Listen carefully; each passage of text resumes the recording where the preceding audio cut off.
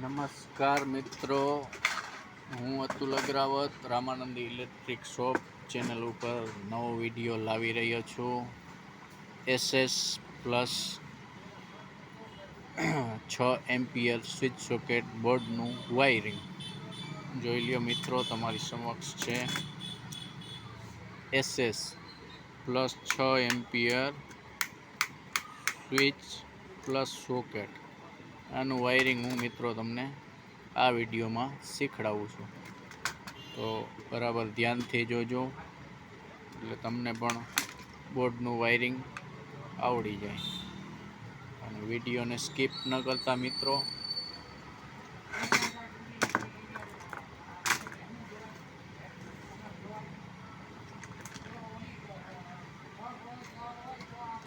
તમે જોઈ શકો છો મિત્રો, 1 mm વાયર છે આપણા હાથમાં.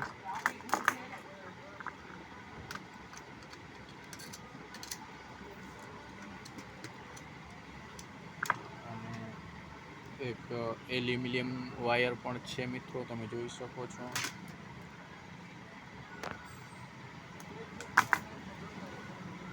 એલ્યુમિનિયમ વાયરને આપણે અંદરથી એનું ઉપરનું કવર કાઢી નાખશું, જેથી કરીને તાર ઓપન થઈ જાય અને આપણે એને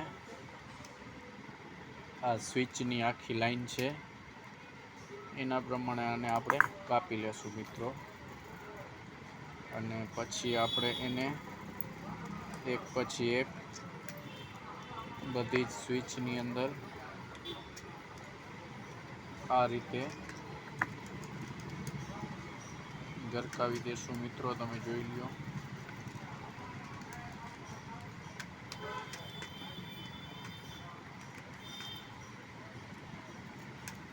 પછી આને બધાને આપણે મીડિયમ પણ ફૂલ ટાઈટ રાખશું, જેથી કરીને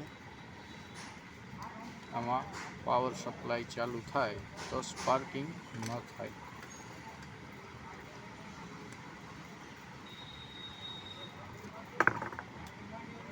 ચાર સ્વિચમાં આપણે વાયર કનેક્ટ કરી નાખ્યો છે, તમે જોઈ શકો છો.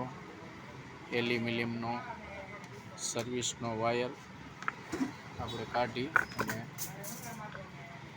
અંદર નાખી દીધો છે. હવે આપણે એને પાવર કનેક્શનને ઉપર લઈ જશું.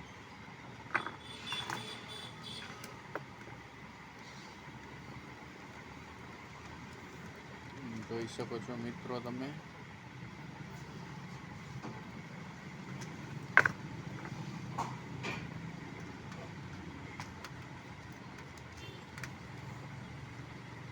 જરાક વ્યવસ્થિત દબાવી, અને કારણ કે આ કોપરનો વાયર હોય છે અને ઓલો એલ્યુમિનિયમનો થોડોક જાડો હોય છે મિત્રો, તો લૂઝ નથી રહી જતો ને, એ તમારે જરાક જોઈ લેવાનું રહેશે. પછી આને બરોબર ટાઈટ કરવાનું, ખેંચીને જોઈ લેવાનું, આ નીકળતો નથી મિત્રો. અને આ જ કનેક્શન આપણે ઉપરની જે બે સ્વિચ છે એમાં જવા દેશું મિત્રો.